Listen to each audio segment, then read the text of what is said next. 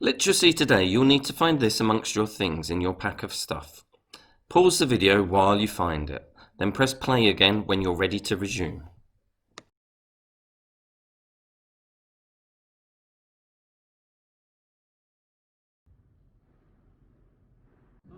Literacy, right, today we're going to be doing something slightly different. We're looking at something that's called inference. This isn't anything to get really worried about, but it is something that's a bit tricky to get used to start with.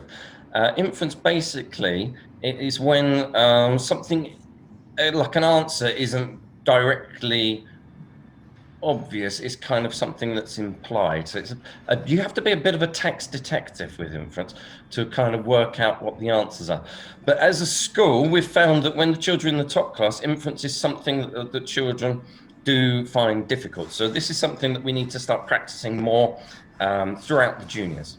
So that is what we're going to be doing today.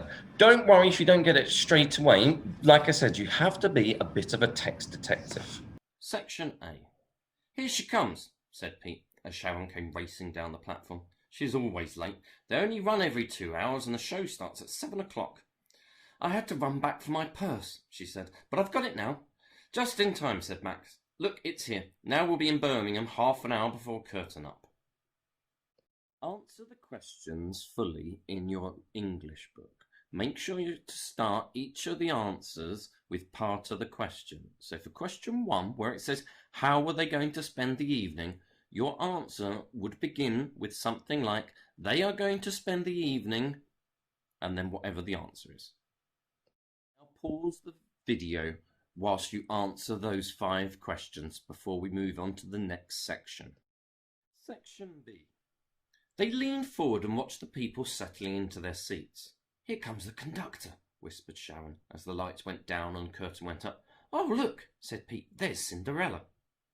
Now pause the video while you answer the questions. Again, remember to answer in full sentences.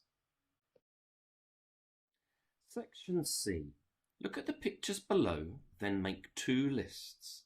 List 1. The characters which are often seen in a pantomime. List 2. Nearby towns where you might find a theatre. Pause the video while you make your lists. Then get a coloured pencil and we'll go through the answers together. Make sure you check that your answers have started with a capital letter and ended with a full stop. Question 1. How were they going to spend the evening? They were going to spend the evening by watching a show, or more precisely, they were going to spend the evening by going to the theatre. Either of those answers is fine. Question 2. How would they get there? They would get there by travelling by train. We know that because it says that they are waiting on the platform and Sharon is racing down it. Also because of the language used, because it says they only run every 2 hours, which is an expression that people use when describing train services. Question 3. Did Sharon live near the station? Sharon did live near the station. We know this because it implies where she said, "I had to go back for my purse, but I've got it now." That implies that she lived near there because she was able to dash back to collect it. It only took her a short while to get it. Question 4. What time did the train arrive in Birmingham? The train arrived in Birmingham at 6:30. You have to use a bit of maths here. We know that because it says they only run every 2 hours and the show starts at 7 o'clock. And then later it says they will arrive in Birmingham half an hour before curtain up. So half an hour before 7 o'clock is 6:30. Question 5. What time would the next train arrive in Birmingham? The next train would arrive in Birmingham at 8:30. We know that because the train they are on arrives at 6:30 and the trains only run every 2 hours. So 2 hours later would be 8:30. Section B. Question 1. Where were they? They were in a theatre. It's because they've settled into their seats and then the curtain went up. Question 2. Were they sitting upstairs or downstairs? They were sitting upstairs. We know this because it says that they leant forward and watched the people settling into their seats, something that implies that they were above other people. Question 3. What kind of show were they going to see? They were going to see a pantomime. Question 4. Was there an orchestra? Yes, there was an orchestra.